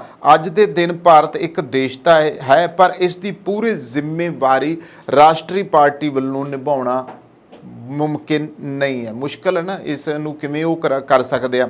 ਸ਼ੁਰੂ ਤੋਂ ਹੀ ਭਾਰਤ ਵੱਖ-ਵੱਖ ਰਾਜਿਆਂ ਦੇ ਰਾਜ ਵਿੱਚ ਵੰਡਿਆ ਹੋਇਆ ਸੀ ਤੇ ਪਹਿਲੀ ਵਾਰ ਸਾਰਿਆਂ ਨੂੰ ਇੱਕ ਸਾਂਝੀ ਤਾਕਤ ਵਜੋਂ ਜੋੜਨ ਦਾ ਕੰਮ ਮਹਾਰਾਜਾ ਰਣਜੀਤ ਸਿੰਘ ਦੀ ਅਗਵਾਈ ਵਿੱਚ ਹੋਇਆ ਸੀ ਤੇ ਉਹੀ ਸਮਾਂ ਸੀ ਜਦੋਂ ਪਠਾਣਾ ਉੱਤੇ ਕਿਸੇ ਭਾਰਤੀ ਨੇ ਰਾਜ ਕੀਤਾ ਹੋਵੇ। ਇਸੇ ਕਰਕੇ ਅੱਜ ਵੀ ਦੁਨੀਆ ਦੇ ਇਤਿਹਾਸ ਵਿੱਚ ਵੱਡੇ ਰਾਜਿਆਂ ਦੀ ਸੂਚੀ ਵਿੱਚ ਮਹਾਰਾਜਾ ਰਣਜੀਤ ਸਿੰਘ ਸਭ ਤੋਂ ਉੱਤੇ ਨੇ। ਪਰ ਸਿੱਖ ਰਾਜ ਤੋਂ ਬਾਅਦ ਨਾ ਕਾਂਗਰਸ ਤੇ ਨਾ ਭਾਜਪਾ ਅਤੇ ਨਾ ਹੀ ਹੋਰ ਸੂਬਿਆਂ ਵਿੱਚ ਮਹਾਰਾਜਾ ਰਣਜੀਤ ਸਿੰਘ ਦੀ ਨੀਤੀ ਅਨੁਸਾਰ ਬਰਾਬਰੀ ਵਾਲਾ ਸਲੂਕ ਕਰਕੇ ਸਾਰੇ ਦੇਸ਼ ਨੂੰ ਇੱਕ ਸਾਂਝੀ ਤਾਕਤ ਕੋਈ ਬਣਾ ਸਕਿਆ ਆ। ਇਹ ਦੂਰਅੰਦੇਸ਼ੀ ਦੀ ਘਾਟ ਹੈ, ਇਹ ਕਮੀਆਂ ਆ। ਲੋਕਤੰਤਰ ਬੇਸ਼ੱਕ ਜੋ ਮਰਜ਼ੀ ਅਸੀਂ ਕਹੀ ਜਾਈਏ ਵੀ ਸਾਡਾ ਮੁਲਕ ਹੈ, ਮਹਾਰਾਜਾ ਰਣਜੀਤ ਸਿੰਘ ਭਾਵੇਂ ਸਿੱਖ ਸੀਗੇ, ਇੱਥੇ ਇੱਕ ਗੱਲ ਨੋਟ ਕਰਨ ਵਾਲੀ ਹੈ, ਪਰ ਉਹਨਾਂ ਦੇ ਖਜ਼ਾਨੇ ਵਿੱਚੋਂ ਜਿੰਨਾ ਸੋਨਾ ਗੁਰੂ ਘਰਾਂ ਨੂੰ ਜਾਂਦਾ ਸੀ ਓਨਾ ਹੀ ਮੰਦਰਾਂ ਤੇ ਮਸਜਿਦਾਂ ਨੂੰ ਜਾਂਦਾ ਸੀ, ਕਿਉਂਕਿ ਸਿੱਖ ਰਾਜ ਵਿੱਚ ਸਭ ਨੂੰ ਬਰਾਬਰੀ ਤੇ ਰੱਖਿਆ ਜਾਂਦਾ ਸੀ। ਪਰ ਸਾਡੇ ਦੇਸ਼ ਦੇ ਵਿੱਚ ਕਿਸੇ ਰਾਜ ਦੇ ਅਧਿਕਾਰਾਂ ਦੀ ਗੱਲ ਤਾਂ ਕੋਈ ਰਾਸ਼ਟਰੀ ਸਰਕਾਰ ਸੁਣਨੀ ਪਸੰਦ ਹੀ ਨਹੀਂ ਕਰਦੀਗੀ। ਅੱਜ GST ਦੀ ਗੱਲ ਹੋਵੇ ਤਾਂ ਗੈਰ ਭਾਜਪਾ ਸੂਬਿਆਂ ਦਾ ਕੇਂਦਰ ਵੱਲ ਬਕਾਇਆ ਭਾਜਪਾਈ ਸੂਬਿਆਂ ਦੇ ਨਾਲੋਂ ਵੱਧ ਹੈ, ਜਿਹੜਾ ਦਿੱਤਾ ਨਹੀਂ ਜਾ ਰਿਹਾ। ਮਣੀਪੁਰ ਦੀ ਹਿੰਸਾ ਤੇ ਉੱਥੋਂ ਦੇ ਗਵਰਨਰ ਕੁਝ ਨਹੀਂ ਬੋਲੇ, ਪਰ ਪੰਜਾਬ ਵਿੱਚ ਨਸ਼ੇ ਦੀ ਮਹਾਂਮਾਰੀ ਨੂੰ ਲੈ ਕੇ ਹੋਰ ਹੀ ਮਾਹੌਲ ਬਣਾ ਦਿੱਤਾ ਜਾਂਦਾ ਆ। ਹੁਣ ਇੱਥੇ ਇੱਕ ਗੱਲ ਕਰ ਲੈਣੀ ਚਾਹੂੰਗਾ ਕਿ ਦੇਸ਼ ਵਿੱਚ ਇਹ 'ਚ ਕੋਈ ਸ਼ੱਕ ਨਹੀਂ ਕਿ ਦੇਸ਼ ਵਿੱਚ ਚੋਣਾਂ ਕਰਵਾਉਣਾ ਇੱਕ ਖਰਚੀਲਾ ਕੰਮ ਹੈ। ਇੱਕ ਰਿਪੋਰਟ ਅਨੁਸਾਰ 2019 ਦੀਆਂ ਲੋਕ ਸਭਾ ਚੋਣਾਂ ਦੌਰਾਨ ਦੇਸ਼ ਵਿੱਚ 60,000 ਕਰੋੜ ਦਾ ਖਰਚਾ ਆਇਆ ਸੀ ਤੇ ਇਹ ਖਰਚਾ 1998 ਦੀਆਂ ਚੋਣਾਂ ਦੇ ਮੁਕਾਬਲੇ 7 ਗੁਣਾ ਵੱਧ ਹੈ। 1998 ਦੀਆਂ ਚੋਣਾਂ ਵਿੱਚ ਲਗਭਗ 9,000 ਕਰੋੜ ਰੁਪਏ ਖਰਚਾ ਆਇਆ ਸੀ। 2024 ਚ ਹੋਣ ਵਾਲੀਆਂ ਚੋਣਾਂ 'ਚ ਇਹ ਅੰਕੜਾ ਹੋਰ ਵਧਣ ਦੀ ਉਮੀਦ ਹੈ। ਲੋਕ ਸਭਾ ਦੀਆਂ ਚੋਣਾਂ ਤੋਂ ਇਲਾਵਾ ਸੂਬਿਆਂ ਵਿੱਚ ਹੋਣ ਵਾਲੀਆਂ ਵਿਧਾਨ ਸਭਾ ਚੋਣਾਂ 'ਚ ਵੀ ਹਰ ਸਾਲ ਹਜ਼ਾਰਾਂ ਕਰੋੜ ਰੁਪਏ ਖਰਚ ਹੁੰਦੇ ਨੇ। ਇਸ ਖਰਚੇ ਤੋਂ ਬਚਣ ਲਈ ਸਰਕਾਰ ਚੋਣ ਸੁਧਾਰ ਦਾ ਇਹ ਵੱਡਾ ਕਦਮ ਚੁੱਕ ਸਕਦੀ ਹੈ। ਪਰ ਹੁਣ ਇਹ ਜਿਹੜਾ ਸਰਕਾਰ ਦਾ ਏਜੰਡਾ ਆਇਆ ਆ, ਇਸ ਏਜੰਡੇ ਦੇ ਮੁਤਾਬਕ ਹੁਣ ਨਹੀਂ ਪਤਾ ਲੱਗਦਾ ਕਿ ਇਸ ਦੇ ਵਿੱਚ ਸਰਕਾਰ ਸਫਲ ਹੁੰਦੀ ਹੈ ਜਾਂ ਨਹੀਂ ਹੁੰਦੀ ਆ।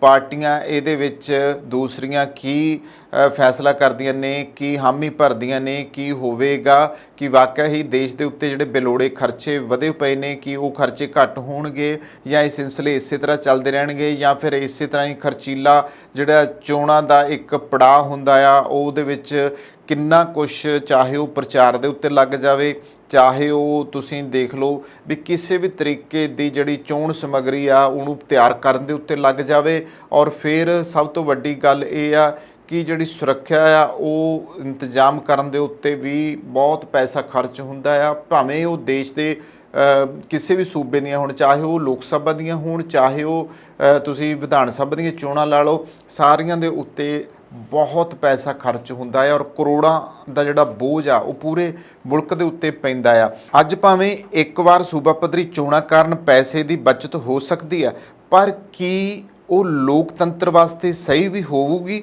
ਕਿ 2022 ਵਿੱਚ ਹੋਈਆਂ ਪੰਜਾਬ, ਬੰਗਾਲ, ਕਰਨਾਟਕਾ ਚੋਣਾਂ 2024 ਵਿੱਚ ਦੁਬਾਰਾ ਕਰਵਾਉਣੀਆਂ ਪੈਣਗੀਆਂ?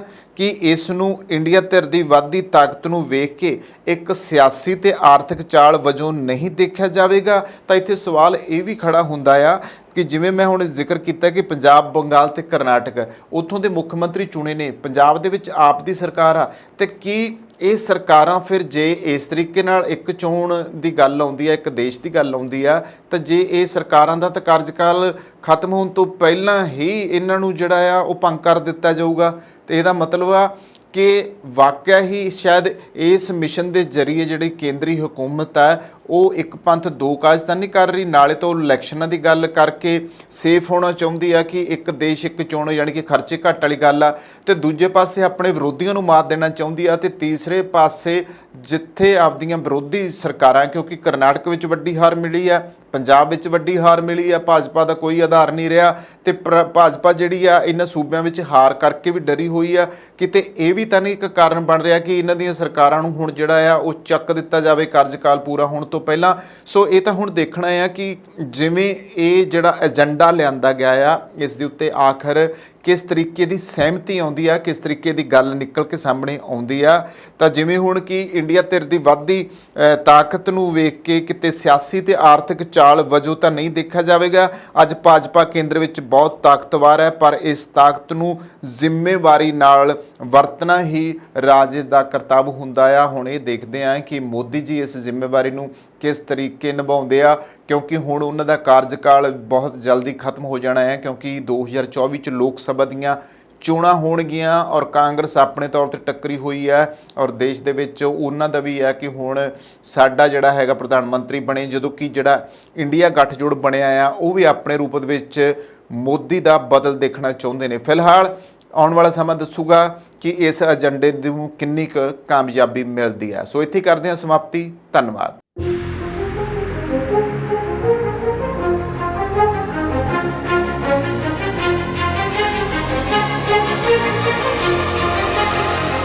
ਗੱਡੀਆਂ ਉੱਚੀਆਂ ਰੱਖੀਆਂ ਭਾਈ, ਗੱਡੀਆਂ ਉੱਚੀਆਂ ਰੱਖ ਭਾਵੇਂ ਨੀਵੀਆਂ, ਪਰ ਟਾਇਰਾਂ ਦਾ ਖਿਆਲ ਸਭ ਤੋਂ ਵੱਧ ਰੱਖ। ਓਏ ਇਸ ਪੱਖੋਂ ਆਪਾਂ ਨੂੰ ਕੋਈ ਟੈਨਸ਼ਨ ਨਹੀਂ। ਕਿਉਂ? ਕਿਉਂਕਿ ਇਹਦੀ ਜ਼ਿੰਮੇਵਾਰੀ ਆਪਾਂ ਦਿੱਤੀ ਹੋਈ ਏ ਮਾਲਵਾ ਟਾਇਰਸ ਵਾਲਿਆਂ ਨੂੰ।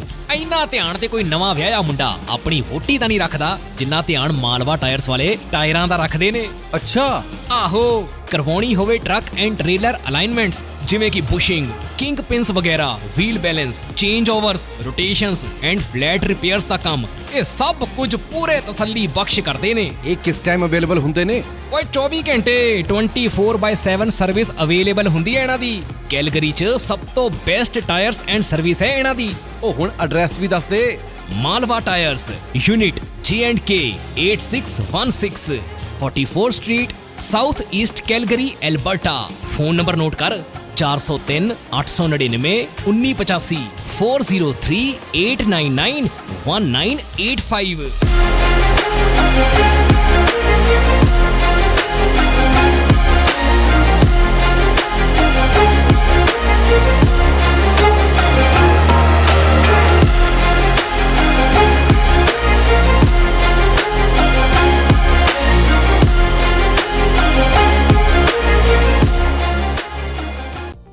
Bed hair day? Don't worry, ਅਸੀਂ ਤੁਹਾਡੀ ਹਰ ਜ਼ਰੂਰਤ ਨੂੰ ਸਮਝਦੇ ਹਾਂ। ਸ਼ਹਿਰ ਦੀ ਸਭ ਤੋਂ ਵਧੀਆ ਤੇ ਬਜਟ ਫ੍ਰੈਂਡਲੀ ਹੇਅਰ ਸੈਲੂਨ ਵਿੱਚ ਤੁਹਾਡਾ ਸਵਾਗਤ ਹੈ। ਸਤਿ ਸ਼੍ਰੀ ਅਕਾਲ ਜੀ, ਮੈਂ ਹਾਂ ਰਮਨ। ਸਤਿ ਸ਼੍ਰੀ ਅਕਾਲ ਜੀ, ਮੈਂ ਹਾਂ ਜਸ ਆਰਜੇ ਹੇਅਰ ਸਲੂਨ ਤੋਂ। ਸਾਡੇ ਟੈਲੈਂਟਡ ਸਟਾਈਲਿਸਟ ਤੁਹਾਨੂੰ ਆਪਣੀ ਪਸੰਦ ਅਨੁਸਾਰ ਹੇਅਰ ਕੱਟ, ਕਲਰ ਅਤੇ ਸਟਾਈਲ ਦਿੰਦੇ ਨੇ ਜੋ ਤੁਹਾਡੀ ਲੁੱਕ ਨੂੰ ਸੂਟ ਕਰਦਾ ਹੈ। ਇਸ ਲਈ ਸਿਰਫ ਉੱਚ ਗੁਣਵੱਤਾ ਵਾਲੇ ਪ੍ਰੋਡਕਟਸ ਦਾ ਇਸਤੇਮਾਲ ਕੀਤਾ ਜਾਂਦਾ ਹੈ ਤਾਂ ਜੋ ਤੁਹਾਡਾ ਸਟਾਈਲ ਤੇ ਖੂਬਸੂਰਤੀ ਰਹੇ ਹਮੇਸ਼ਾ ਬਰਕਰਾਰ। ਆਰਜੇ ਹੇਅਰ ਸਲੂਨ ਤੁਹਾਨੂੰ ਪ੍ਰੋਵਾਈਡ ਕਰਦਾ ਹੈ hair smoothening, keratin hair smoothening, keratin treatments, hair cut, hair spas, colour corrections, root retouch, highlights, balayage. ਇਸੇ ਦੇ ਨਾਲ ਮੈਨਸ ਸੈਕਸ਼ਨ ਦੇ ਵਿੱਚ ਅਸੀਂ ਪ੍ਰੋਵਾਈਡ ਕਰਦੇ ਹਾਂ haircuts, fades, shave, beard trims and especially beard trims with scissor. ਸਾਡੇ ਕੋਲੇ ਸਾਰਾ ਸਟਾਫ ਬਹੁਤ ਹੀ ਕੁਆਲੀਫਾਈਡ ਹੈ। ਸਾਰੀ services waxing, keratin, smoothening, highlights, everything ਵੀ ਪ੍ਰੋਵਾਈਡ ਹੇਅਰ। ਅਸੀਂ ਗਾਰੰਟੀ ਦਿੰਨੇ ਆ ਕਿ ਸੈਲੂਨ ਤੋਂ ਬਾਹਰ ਨਿਕਲਦੇ ਸਾਰ ਤੁਸੀਂ ਮਹਿਸੂਸ ਕਰੋਗੇ ਥੋੜਾ ਜ਼ਿਆਦਾ ਖੂਬਸੂਰਤ, ਥੋੜਾ ਹੋਰ ਜ਼ਿਆਦਾ ਕੌਨਫੀਡੈਂਟ। ਸਤਿ ਸ਼੍ਰੀ ਅਕਾਲ ਜੀ, ਮੇਰਾ ਨਾਮ ਹੈ ਮਨਵੀਰ ਸਿੰਘ ਤੇ ਮੈਂ ਬਰੈਂਪਟਨ ਤੋਂ ਮੂਵ ਹੋਇਆ ਸੀ ਵਿਨੀਪੈਗ ਤੇ ਮੈਂ ਸਰਚ ਕਰਦਾ ਸੀਗਾ ਬੈਸਟ ਹੇਅਰ ਸਲੂਨ ਇਨ ਵਿਨੀਪੈਗ ਤੇ ਮੈਨੂੰ ਪਹਿਲੇ ਨੰਬਰ ਤੇ ਆਇਆ ਆਰਜੇ ਹੇਅਰ ਸਲੂਨ। ਸਤਿ ਸ਼੍ਰੀ ਅਕਾਲ ਜੀ, ਮੇਰਾ ਨਾਮ ਹੈ ਤਰੁਣ। ਮੈਂ ਤੁਹਾਨੂੰ ਰეკਮੈਂਡ ਕਰਾਂਗਾ ਕਿ ਆਰਜੇ ਹੇਅਰ ਸਲੂਨ ਤੇ ਆਓ ਤੇ ਇੱਥੇ ਤੁਹਾਨੂੰ ਆਪਣੇ ਹਰ ਤਰ੍ਹਾਂ ਦੀ ਹੇਅਰ ਸਟਾਈਲਿੰਗ ਔਰ ਬੀਅਰਡ ਸਟਾਈਲਿੰਗ ਮਿਲ ਜੇਗੀ। Hi, my name is Lindsay. I've been coming to RJ Hair Salon since they opened up 4 years ago, and Jazz has always been fantastic with my hair. ਅਸੀਂ ਸਿਰਫ hair cut ਨਹੀਂ ਕਰਦੇ ਬਲਕਿ ਤੁਹਾਡੀ ਖੂਬਸੂਰਤੀ ਸੰਵਾਰਦੇ ਹਾਂ, ਕਿਉਂਕਿ ਸਾਡਾ ਮੰਨਣਾ ਹੈ ਜਦੋਂ ਤੁਸੀਂ ਖੁਦ ਨੂੰ ਚੰਗੇ ਲੱਗਦੇ ਹੋ ਤਾਂ ਤੁਹਾਨੂੰ ਸਭ ਚੰਗਾ ਲੱਗਦਾ ਹੈ। Your own saloon, your own style. ਤਾਂ ਇਸ ਨਾਲ ਹੀ ਸਾਡੀ ਅਨਦਰ ਆਰਜੇ ਹੇਅਰ ਸਲੂਨ ਦੀ ਬ੍ਰਾਂਚ ਓਪਨ ਹੋ ਰਹੀ ਹੈ ਜਿਹਦੀ ਕਿ ਲੋਕੇਸ਼ਨ ਆ 601 ਮਨਰੋ ਐਵਨਿਊ। ਤਾਂ ਤੁਸੀਂ ਉੱਥੇ ਵੀ ਜ਼ਰੂਰ ਵਿਜ਼ਿਟ ਕਰ ਸਕਦੇ ਹੋ। ਈਸਟ ਦੇ ਵਿੱਚ ਰਹਿੰਦੇ ਕਸਟਮਰਸ ਲਈ ਨੇੜੇ ਆ ਤੇ ਸਾਡਾ ਕੰਟੈਕਟ ਨੰਬਰ ਆ 2049988959। ਆਪਣੇ ਵਾਲਾਂ ਦੀ ਸਕਿਨ ਨੂੰ ਦਿਓ ਇੱਕ ਨਵੀਂ ਪਹਿਚਾਨ। ਅੱਜ ਹੀ ਕਾਲ ਕਰੋ ਜਾਂ ਵਿਜ਼ਿਟ ਕਰੋ ਆਰਜੇ ਹੇਅਰ ਸੈਲੂਨ।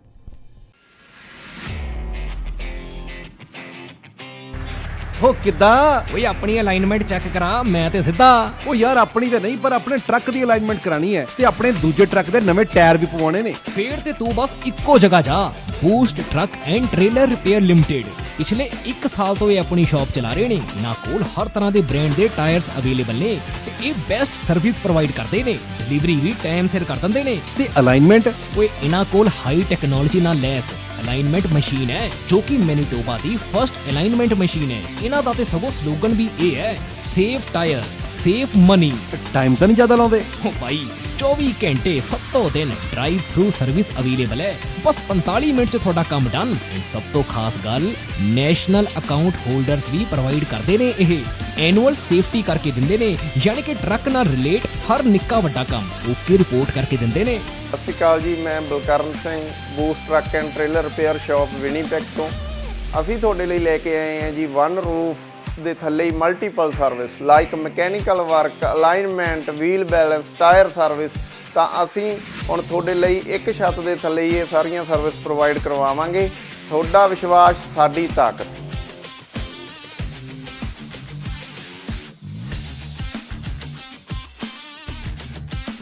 ਹੈਲੋ ਗਾਇਜ਼, ਅੱਜ ਆਪਾਂ ਇਸ ਟਰੱਕ ਦੀ ਮੇਨ ਸੀਲ ਅਤੇ ਆਇਲ ਪੈਨ ਰਿਪਲੇਸ ਕਰ ਰਹੇ ਹਾਂ। ਖੁਦਾ ਨਾ ਖਾਸਤਾ ਕਦੇ ਵੀ ਤੁਹਾਡੇ ਟਰੱਕ ਨੂੰ ਕੋਈ ਵੀ ਇਦਾਂ ਦੀ ਪ੍ਰੋਬਲਮ ਆਉਂਦੀ ਹੈ ਤਾਂ ਕਦੇ ਨਾ ਭੁੱਲੋ boost truck and trailer in Winnipeg.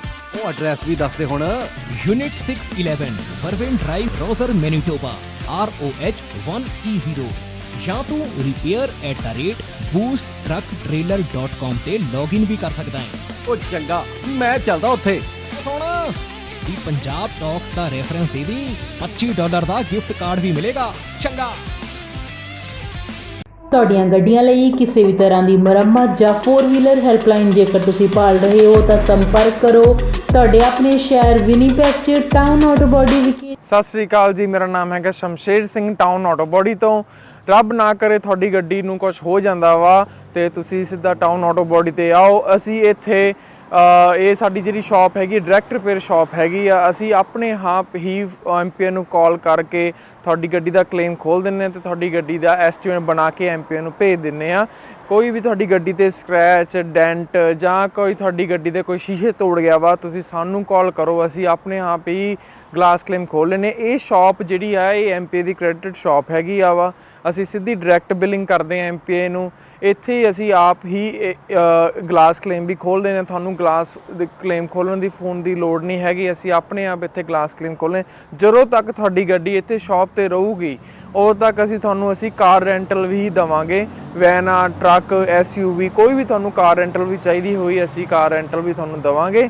ਆਪਣੀ ਸ਼ਾਪ ਲੋਕੇਸ਼ਨ ਹੈਗੀ ਆ 64 ਸਾਲਟਰ ਸਟਰੀਟ ਵਿਨੀਪੈਗ ਦੇ ਵਿੱਚ। ਜਿਵੇਂ ਤੁਹਾਨੂੰ ਪਤਾ ਹੀ ਹੈ ਸਨੋ ਆ ਰਹੀ ਹੈ ਵਿਨੀਪੈਗ ਦੇ ਵਿੱਚ, ਉਵੇਂ ਤੁਹਾਡੇ ਲਈ ਅਸੀਂ ਵਿੰਟਰ ਟਾਇਰ ਪ੍ਰੋਗਰਾਮ ਲੈ ਕੇ ਆਏ। ਐਮਪੀਏ ਦਾ ਵਿੰਟਰ ਟਾਇਰ ਪ੍ਰੋਗਰਾਮ ਆ, ਉਹਦੇ ਵਿੱਚ $2000 ਤੱਕ ਤੁਹਾਨੂੰ ਐਮਪੀ ਹੀ ਲੋਨ ਦਿੰਦੀ ਆ। ਵਿੰਟਰ ਟਾਇਰ ਪ੍ਰੋਗਰਾਮ ਵਿੱਚ ਅਲੋਏ ਵੀਲਸ, ਟਾਇਰ ਅਲਾਈਨਮੈਂਟ ਤੁਸੀਂ ਕਰਵਾ ਸਕਦੇ ਹੋ। ਕੋਈ ਵੀ ਤੁਹਾਨੂੰ ਜਾਣਕਾਰੀ ਦੀ ਲੋੜ ਆ ਤੁਸੀਂ ਸਾਨੂੰ ਜਦੋਂ ਮਰਜ਼ੀ ਫੋਨ ਫ਼ੋਨ ਕਰ ਲਓ 2044211300 ਤੇ, ਜਾਂ ਤੁਸੀਂ ਸਾਡੀ ਵੈਬਸਾਈਟ ਤੇ ਜਾ ਲਓ www.townautobody.ca।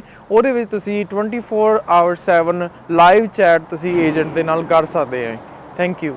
ਹਾਂਜੀ, ਸਤਿ ਸ੍ਰੀ ਅਕਾਲ ਜੀ। ਮੇਰੀ ਗੱਡੀ ਦਾ ਇੱਥੇ ਇੱਕ ਡੈਂਟ ਜਿਹਾ ਪੈ ਗਿਆ ਸੀਗਾ। ਉਸ ਤੋਂ ਬਾਅਦ ਮੈਂ ਇਹਨਾਂ ਕੋਲ ਟਾਊਨ ਆਟੋਬੋਡੀ ਵਾਲਿਆਂ ਕੋਲ ਆਇਆ ਤੇ MPI ਤੋਂ ਕਲੇਮ ਲੈਣ ਤੋਂ ਬਾਅਦ ਇਹਨਾਂ ਕੋਲ ਗੱਡੀ ਆਪਾਂ ਨੇ ਰੱਖ ਦਿੱਤੀ ਤੇ ਥੋੜੀ ਦਿਨਾਂ ਦੇ ਵਿੱਚ ਇਹਨਾਂ ਨੇ ਗੱਡੀ ਮੇਰੀ ਪੂਰੀ ਚੰਗੀ ਤਰ੍ਹਾਂ ਮੁਕੰਮਲ ਕਰਕੇ ਸਹੀ ਕਰਕੇ ਦੇ ਦਿੱਤੀ ਹੈ ਤੇ ਨਾਲ ਦੀ ਨਾਲ ਇਹਨਾਂ ਨੇ ਗੱਡੀ ਦੀ ਮੇਰੀ ਦੀ ਡਿਟੇਲਿੰਗ ਵੀ ਕਰਤੀ, ਧੋਤੀ ਤੇ ਗੱਡੀ ਪੂਰੀ ਲਿਸ਼ਕਾਤੀ ਤੇ ਬਹੁਤ ਵਧੀਆ ਜਿਹੜੀ ਆ ਕਸਟਮਰ ਸਰਵਿਸ ਵੀ ਦਿੰਦੇ ਨੇ।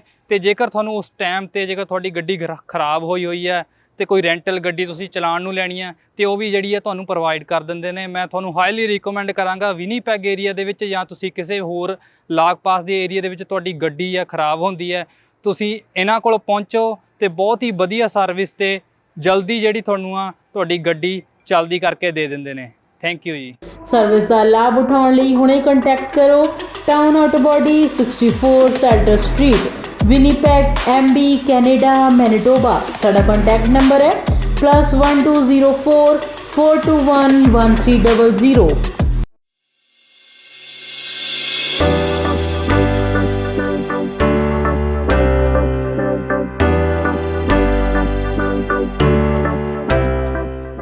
ਕੀ ਤੁਸੀਂ ਆਪਣੇ ਕਾਰੋਬਾਰ ਵਿੱਚ ਟਰਾਂਸਪੋਰਟੇਸ਼ਨ ਲਈ ਇੱਕ ਭਰੋਸੇਯੋਗ ਸਾਥੀ ਦੀ ਭਾਲ ਕਰ ਰਹੇ ਹੋ ਤਾਂ ਤੁਹਾਨੂੰ ਲੋੜ ਹੈ ਮਹਿਤੋਜ ਗਰੁੱਪ ਲਿਮਟਿਡ ਦੀ, ਜੋ ਕਿ ਹਨ ਭਰੋਸੇਮੰਦ, ਕੁਸ਼ਲ ਤੇ ਕਿਫਾਇਤੀ। ਸਾਡੇ ਮਾਹਿਰਾਂ ਦੀ ਟੀਮ ਯਕੀਨੀ ਬਣਾਉਂਦੀ ਹੈ ਕਿ ਤੁਹਾਡੇ ਸਾਮਾਨ ਨੂੰ ਸਮੇਂ ਸਿਰ ਆਪਣੀ ਮੰਜ਼ਿਲ ਤੇ ਪਹੁੰਚਾਇਆ ਜਾ ਸਕੇ।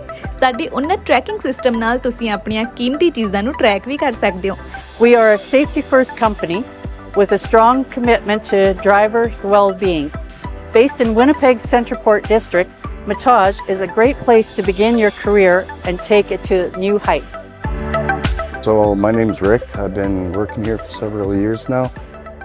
Mostly what we do inside the shop is we do lots of safeties, lots of repairs, brake jobs, and lots of warranty work on the Freightliners.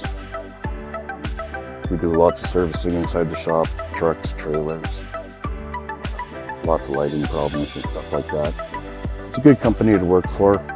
Warehousing ਤੇ ਡਿਸਟ੍ਰੀਬਿਊਸ਼ਨ ਤੋਂ ਲੈ ਕੇ ਡਿਲੀਵਰੀ ਤੱਕ ਸਾਡੇ ਕੋਲ ਤੁਹਾਡੀਆਂ ਸਾਰੀਆਂ ਆਵਾਜਾਈ ਲੋੜਾਂ ਨੂੰ ਸੰਭਾਲਣ ਲਈ ਤਜਰਬਾ ਤੇ ਬੁਨਿਆਦੀ ਢਾਂਚਾ ਹੈ। ਲੌਜਿਸਟਿਕਸ ਨੂੰ ਆਪਣੇ ਕਾਰੋਬਾਰ ਨੂੰ ਰੋਕਣ ਨਾ ਦਿਓ। ਸਾਨੂੰ ਭਾਰੀ ਲਿਫਟਿੰਗ ਨੂੰ ਸੰਭਾਲਣ ਦਿਓ ਤਾਂ ਜੋ ਤੁਸੀਂ ਧਿਆਨ ਕੇਂਦਰਿਤ ਕਰ ਸਕੋ ਆਪਣੇ ਕਾਰੋਬਾਰ ਤੇ। ਮਹਿਤੋਜ ਗਰੁੱਪ ਲਿਮਟਿਡ ਨੂੰ ਬਣਾਓ ਆਪਣਾ ਮਦਦਗਾਰ ਤਾਂ ਜੋ ਤੁਸੀਂ ਨਿਸ਼ਚਿਤ ਹੋ ਕੇ ਸੰਭਾਲ ਸਕੋ ਆਪਣਾ ਕਾਰੋਬਾਰ। ਸਕਰੀਨ ਤੇ ਦਿੱਤੇ ਨੰਬਰਾਂ ਉੱਤੇ ਅੱਜ ਹੀ ਸੰਪਰਕ ਕਰੋ।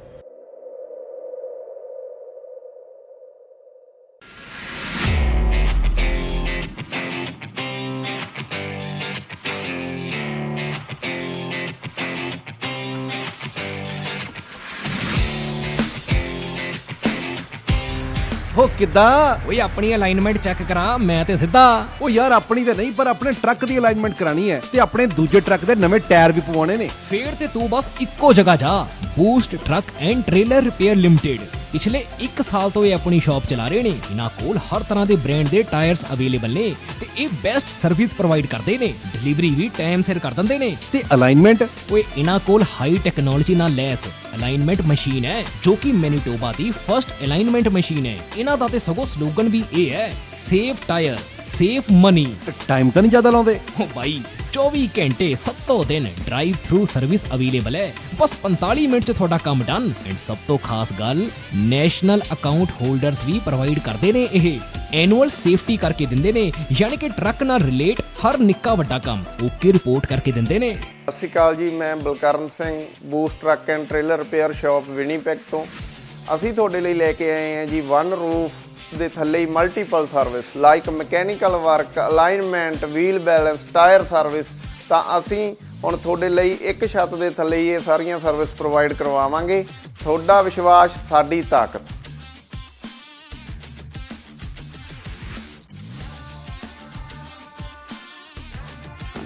ਹੈਲੋ ਗਾਇਜ਼, ਅੱਜ ਆਪਾਂ ਇਸ ਟਰੱਕ ਦੀ ਮੇਨ ਸੀਲ ਅਤੇ ਆਇਲ ਪੈਨ ਰਿਪਲੇਸ ਕਰ ਰਹੇ ਹਾਂ। ਖੁਦਾ ਨਾ ਖਾਸਤਾ ਕਦੇ ਵੀ ਤੁਹਾਡੇ ਟਰੱਕ ਨੂੰ ਕੋਈ ਵੀ ਇਦਾਂ ਦੀ ਪ੍ਰੋਬਲਮ ਆਉਂਦੀ ਹੈ ਤਾਂ ਕਦੇ ਨਾ ਭੁੱਲੋ boost truck and trailer in Winnipeg. ਉਹ ਐਡਰੈਸ ਵੀ ਦੱਸ ਦੇ ਹੁਣ। Unit 611 Vervain drive, Rosser, Manitoba, ROH1E0। ਜਾਂ ਤੂੰ repair@boosttrucktrailer.com ਤੇ ਲੌਗਇਨ ਵੀ ਕਰ ਸਕਦਾ ਹੈ। ਉਹ ਚੰਗਾ, ਮੈਂ ਚੱਲਦਾ ਉੱਥੇ। ਉਹ ਸੁਣ, ਦੀ ਪੰਜਾਬ ਟਾਕਸ ਦਾ ਰੈਫਰੈਂਸ ਦੇ ਦੀ, $25 ਦਾ ਗਿਫਟ ਕਾਰਡ ਵੀ ਮਿਲੇਗਾ। ਚੰਗਾ।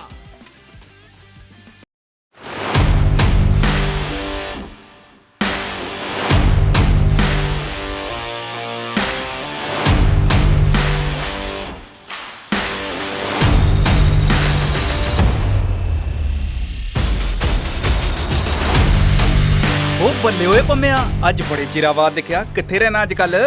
ਓਏ ਬਸ ਯਾਰ, ਕੰਮ ਦੇ ਸਿਲਸਿਲੇ 'ਚ ਕਦੇ ਇੱਧਰ ਤੇ ਕਦੇ ਉੱਧਰ। ਐਸਾ ਕਿਹੜਾ ਕੰਮ ਭਾਈ? ਓਏ ਟਰੱਕ ਲੋਡਿੰਗ ਐਂਡ ਸ਼ਿਪਿੰਗ ਦਾ। ਯਾਰ ਇਹ ਟਰੱਕ ਲੋਡਿੰਗ ਐਂਡ ਸ਼ਿਪਿੰਗ ਵਾਲਾ ਕੰਮ ਤੈਨੂੰ ਔਖਾ ਨਹੀਂ ਲੱਗਦਾ? ਓਏ ਕਾਹਦਾ ਔਖਾ ਯਾਰ, ਆਪਾਂ ਕੰਮ ਕਰਦੇ ਆਂ 4 ਟਰੈਕਸ ਵਾਲਿਆਂ ਨਾਲ, ਤੇ ਇਹ ਜਿੰਨਾ ਖਿਆਲ ਆਪਣੇ ਕਲਾਇੰਟਸ ਐਂਡ ਸਮਾਨ ਦਾ ਰੱਖਦੇ ਨੇ ਨਾ, ਉਨਾ ਹੀ ਖਿਆਲ ਸਾਡਾ ਵੀ ਰੱਖਦੇ ਨੇ। ਕਿਵੇਂ? ਇਹਨਾਂ ਦੇ ਸਪੈਸ਼ਲ ਡਰਾਈਵਰਸ ਲੌਂਜ ਨੇ, ਜਿੱਥੇ ਅਸੀਂ ਬੜੇ ਆਰਾਮ ਨਾਲ ਰੋਟੀ ਪਾਣੀ ਛਕੀਦਾ ਏ, ਆਰਾਮ ਕਰੀਦਾ ਏ ਤੇ ਫੇਰ ਅੱਗੇ ਵਧੀਦਾ ਏ। ਵਾਹ, ਇਹ ਤਾਂ ਬੜੀ ਅੱਛੀ ਚੀਜ਼ ਹੈ। ਹੋਰ ਕੀ ਸਰਵਿਸਿਜ਼ ਨੇ 4 ਟਰੈਕਸ ਵਾਲਿਆਂ ਦੀਆਂ? ਓਏ ਇਹ ਆਪਣੇ ਕਸਟਮਰਸ ਤੇ ਕੰਜ਼ਿਊਮਰਸ ਲਈ 24 ਘੰਟੇ ਕੰਮ ਕਰਦੇ ਨੇ। Scale, cross dock services with vehicle restraint system, fuel station, ਹਰ ਤਰ੍ਹਾਂ ਦੀ ਸਰਵਿਸ ਅਵੇਲੇਬਲ ਹੈ। ਕਸਟਮਰਸ 24/7 ਆਪਣੀ ਸ਼ਿਪਮੈਂਟ ਨੂੰ ਟਰੈਕ ਵੀ ਕਰ ਸਕਦੇ ਨੇ ਕਿ ਅਸੀਂ ਸਮਾਨ ਲੈ ਕੇ ਕਿੱਥੇ ਕੁ ਪਹੁੰਚੇ ਆ।